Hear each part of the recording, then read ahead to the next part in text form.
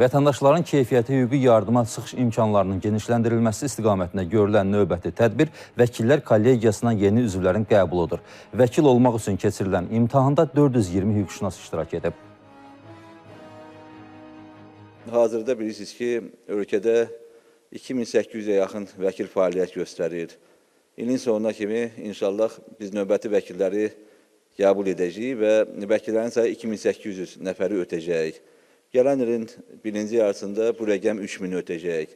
Ümumiyyətlə, hər il təqribən orta hesabla 350 nəfər namizədi biz vəkilliyə qəbul edirik. Ancaq təbii ki, bu qəbul prosesi də özü çox mürəkkəb prosesdir. Bir neçə mərhələdən ibarətdir.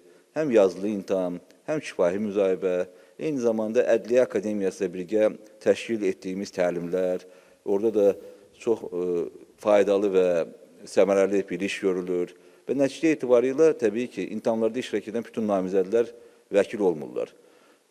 Bir məsələni qeyd edim ki, bu il 800 nəfərdən çox namizəd vəkilliyə qəbul imtahanlarına qoşulub və bu kifayət qədər yüksək rəqəmdir. İmtahanda iştirak edən namizədlərin sayı Azərbaycan Respublikasında Vəkillik İnstitutunun nüfuzunun artmasının göstəricisidir.